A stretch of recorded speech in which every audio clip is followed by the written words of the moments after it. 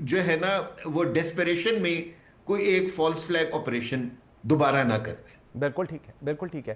اچھا جین صاحب، جس طرح اے مارشل صاحب فرما رہے ہیں، اگر میں اس کا بھی ایک اور پوائنٹ پہ میں ڈسکس کرنا چاہ رہا تھا کہ نیوکلیئر ڈیٹرنس کی بات ہوتی ہے، کوئی ریڈ لائنز آپ کو لگتا ہیں؟ کیونکہ اپیرنٹلی ہندوستان کی طرف سے جو میسیجنگ پاکستان کو کنوے ہو رہی ہے through their arm forces, through their military leadership, through their insane media, کہ ہم لوگ جی پاکستان کے اندر سے حملے کرنے شروع کریں گے اور پھر بارڈر تک آئیں گے، اس کو آپ کیسے دیکھ رہے ہیں؟ Are there any red lines you feel like specifically nuclear deterrence کو لے کر اس وقت جو ہم اس تناظر میں؟ دیکھیے اس کے دو لیولز کو سمجھے. نمبر ایک تو جو ہمارا کنونشنل پوٹینشیل ہے نا، وہ الحمدللہ بھارت کے مقابلے میں not in terms of numbers, میں بار یہ کہہ رہا ہوں، لیکن in terms of capability, in terms of جو پاکستان کے جو ہمارے جو ایئر فورس ہے، نیوی ہے، لینڈ فورس ہے، جو مہارت ہے ان کی، جو ان کا جذبہ ہے، وہ جو کلیکٹیولی جب آپ دیکھتے ہیں اور جب قوم ان کے ساتھ دیکھتے ہیں تو وہ ایک ایسا بڑا ہتھیار ہے جو آپ کو اس لائن تک پہنچنے سے پہلے بھارت کو کراس کرنا پڑے گا. ٹرو. پاکستان کے very clear red lines Pakistan نے ڈرا کی ہوئی ہیں. I can't discuss them here, they are very clear red lines. ٹھیک. اور پاکستان نے آپ نے دیکھا ہوگا جب مئی میں بھی اور اس سے پہلے 2019 میں بھی پاکستان نے بڑا کلیئر کر دیا تھا. Pakistan didn't take long, in fact Pakistan was ready and Pakistan is ready even now. تو جہاں تک آپ نیوکلیئر ڈیٹرنس کی بات کر رہے ہیں تو پاکستان نے جو پچھلے بار ایک خطرہ تھا کہ لوگوں کے ذہن میں یہ بات تھی، پاکستان نے جو آپ کے کنونشنل میزائل سسٹم یا راکٹ سسٹم ہیں ان کی علیحدہ فورس بنا دی ہوئی ہے تاکہ ان کی ڈپلائمنٹ پہ لوگوں کو شک نہ پڑے کہ ہم نیوکلیئر جا رہے ہیں. اب جہاں تک نیوکلیئر کیپیبلٹی کا تعلق ہے، آپ کو یاد ہوگا کہ ہمارے جو فارن سیکرٹری تھے اعزاز چودھری صاحب، جی جی، انہوں نے پاکستان میں اعلان نہیں کیا تھا، انہوں نے امریکہ جا کے وہاں پہ اعلان کیا تھا کہ پاکستان الحمدللہ سب کلٹون نیوکلیئر جو کہتے ہیں ٹیکنیکل نیوکلیئر ویپنز کی بھی پاکستان کے پاس کیپیبلٹی ہے اور وہ الحمدللہ ہے اور وہ استعمال کرنی بھی لوگوں کو آتی ہے. ٹھیک. وہ استعمال کر بھی سکتے ہیں. لیکن اس سے پہلے سے میں نے پہلے کہا نا، ایک بہت بڑی ریڈ لائن یہ ہے کہ پاکستان کی جو کنونشن کیپیبلٹی پہلے بات کرتے وہ کراس کرنی پڑے گی انڈیا کو. انڈیا کے پاس یہ کیپیبلٹی نہیں ہے. بالکل صحیح. پاکستان کے پاس جہاں سے بھی حملہ کریں گے پاکستان اس سے بہتر جواب دینے کی صلاحیت رکھتا ہے. اور اس میں نے پہلے آپ سے عرض کی تھی کہ ہمارے ایس پی آر نے، یا ایس پی آر کا شاید یہ بیان تھا، میں شاید بھول نہ رہا ہوں، کہ انہوں نے پہلے وعدہ کر دیا اس دفعہ ہم بھارت کو پہلے تو صرف ملٹری ٹارگٹ پہ کنسنٹریٹ کیا تھا نا، اور وہ 2-3 ٹارگٹ. اس دفعہ Pakistan will inshallah destroy India's major economic potential جو ہے اس کا. ویری رائٹ، بالکل ٹھیک ہے. اچھا اے مارشل صاحب، اب ذرا ایک لاسٹ پوائنٹ کی طرف میں آنا چاہوں گا کہ اس تمام تر صورتحال میں دنیا کو سب نظر آ رہا ہے کیا ہو رہا ہے. مے کا ایکسپیرینس دنیا کے سامنے ہے، ہندوستان کے سامنے ہے. ہندوستان ایک ایگنی کے اندر ہے اس وقت، وی کین انڈرسٹینڈ، اور وہ اپنے آپ کو، اپنی پوری عوام کو بتانا چاہ رہا ہے کہ وی ہیو ٹو ڈو سم تھنگ، اور ایک پریشر بھی ہے. لیکن عالمی برادری، اقوام متحدہ اور جو علاقائی تنظیمیں ہیں وہ کس حد تک سنجیدہ ہیں، اور آپ کو لگتا ہے کہ کوئی مؤثر کردار ادا کر سکتی ہیں اس صورتحال میں؟ Unfortunately Mansoor, this is an area جس پہ دنیا آج کل بہت ڈس اپوائنٹڈ ہے. ٹھیک ہے نا، جو سیکنڈ ورلڈ وار کے بعد جو ایک دنیا میں آرگنائزیشنز بنائی گئی تھیں ٹو انشور کہ انٹرنیشنل لا اور ہیومن رائٹس کو سیف گارڈ کیا جائے، وہ جو آرگنائزیشنز ہیں وہ ریپیٹڈلی فیل ہو رہی ہیں. اور آج کل اسرائیل از دا مین کولیبوریٹر جو یہ شو کر رہا ہے کہ جی کہ ان آرگنائزیشنز کی کوئی ویلیو نہیں. ٹھیک. اگر انڈیا اسرائیل والے راستے پہ جائے تو it has the option of not giving any respect to these organizations. True true. جس طرح جنرل صاحب نے بھی کہا، دیکھیے جو نیوکلیئر ویپنز ہوتے ہیں نا Mansoor, they are not made to be used. ٹھیک. They are made to ensure peace and no war. True. ٹھیک ہے نا، وہ بیسیکلی ایک میڈ میوچلی ایشورڈ ڈسٹرکشن والی سچویشن کریٹ کرتے ہیں تاکہ جو وننگ پارٹی ہے اس کو بھی یہ احساس ہو کہ میرا نقصان اتنا زیادہ ہوگا کہ میری جیت کی ویلیو زیرو ہو جائے گی. Very right. ٹھیک ہے نا، بالکل صحیح. اس لیے جو ہے نا یہ نیوکلیئر ویپنز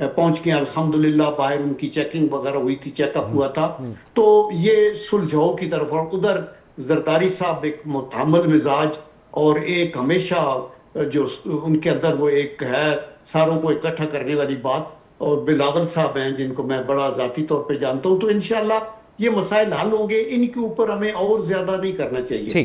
یہ جو بیان آپ بتا رہے ہیں نا مریم نواز شریف صاحبہ کا، میں چکوال میں اس گیٹ ٹوگیدر میں تھا خود، چونکہ وہ چکوال ہی آئی تھیں. اور ایکچولی جو مسئلہ تھا وہ یہ تھا کہ وہ لیپ ٹاپس اور سرٹیفکیٹس چکوال یونیورسٹی میں پیش کر رہی تھی. تو میں اس یونیورسٹی کا اسٹوڈنٹ بھی ہوں اور پڑھتا رہا، تو اس لیے. اور وہاں یہ جو چند چیزیں ہیں نا، یہ آؤٹ آف کانٹیکسٹ آنیسٹلی بیان کی جا رہی ہیں. وہ ایک ایفرٹ کے ساتھ بتا رہی تھی کہ صوبے، وہ تو یہاں تک کہہ رہی تھیں کہ یہ جو لیپ ٹاپس ہیں یہ صرف میں پنجاب کو نہیں دینا چاہتی. ہمارے پاس انہوں نے کو 25,000 کی کتنی اور اپلیکیشنیں آئی ہوئی ہیں سارے صوبوں سے. اینڈ شی پرومسڈ کہ میں، ہمارے لیے صرف پنجاب پاکستان نہیں ہے، ہم پاکستان کی بات کرتے ہیں اور ہم ان سب کو دیں گے.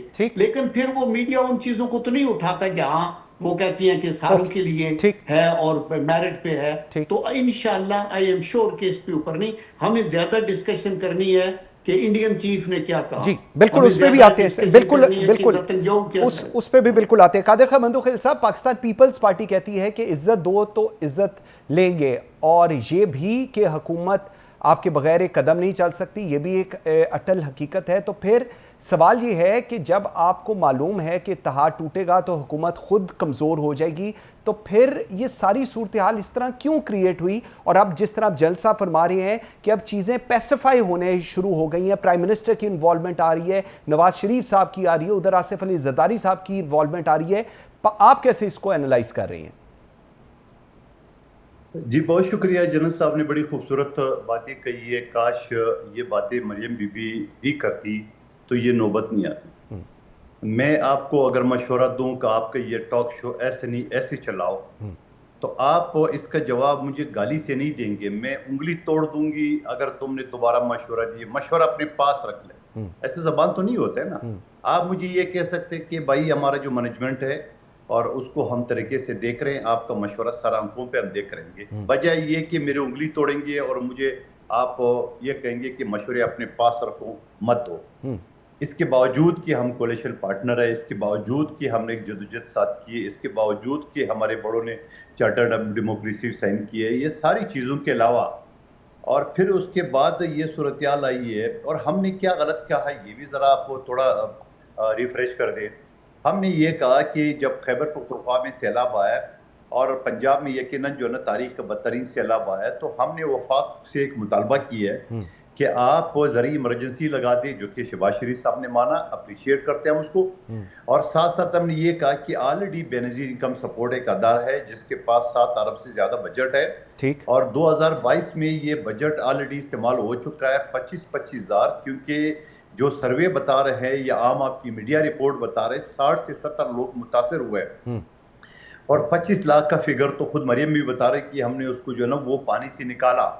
تو اگر 25 لاکھ بھی لگا لے تو آپ جو ابھی تک ان کو 1 روپے نہیں دے سکے، یقیناً آپ کا نیت ہوگا دینے کا، میں یہ نہیں شک کروں گا، لیکن آپ بے نظیر انکم سپورٹ جو لوگ رجسٹرڈ ہے اس کو تو 1 منٹ میں ایک کلک بٹن پہ ان کے پاس 25,000 آ سکتے ہیں جو اس کا روز کا گزر بسر ہو.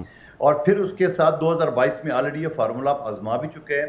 اور پھر میں دوبارہ کہوں گا کہ آپ کو نہیں پسند تو آپ ایک خوش اخلاقی اور ایک تہذیب کے دائرے میں یہ بھی کہہ سکتے ہیں کہ ٹھیک ہے، بڑی مہربانی آپ کی، آپ نے مشورہ دیے، لیکن ہم اس کو دیکھ رہے ہیں کہ ہم کس طرح سے مینیج کر دے سکتے. تو یہ تو جواب تو نہیں ہے کہ میں انگلی توڑ دوں گی. پنجابی کی طرف کسی نے کہا جناب صاحب، یہ جملہ ہمارے دل کو لگتا ہے، یہ ہمارے دل پہ خنجر کی طرح لگتا ہے کہ کیا پنجابی کا ٹھیکہ صرف انہی کے پاس ہے؟ کیا پنجابی کسی اور صوبے، کسی اور ملک، کسی اور کے باشندے ہیں؟ کیا پنجابی صرف مسلم لیگ نون کی کارکن ہے؟ تو یہ چیزیں وہ نہیں دیتی، یہ زیب نہیں تھی اس طرح کے جواب دے کے.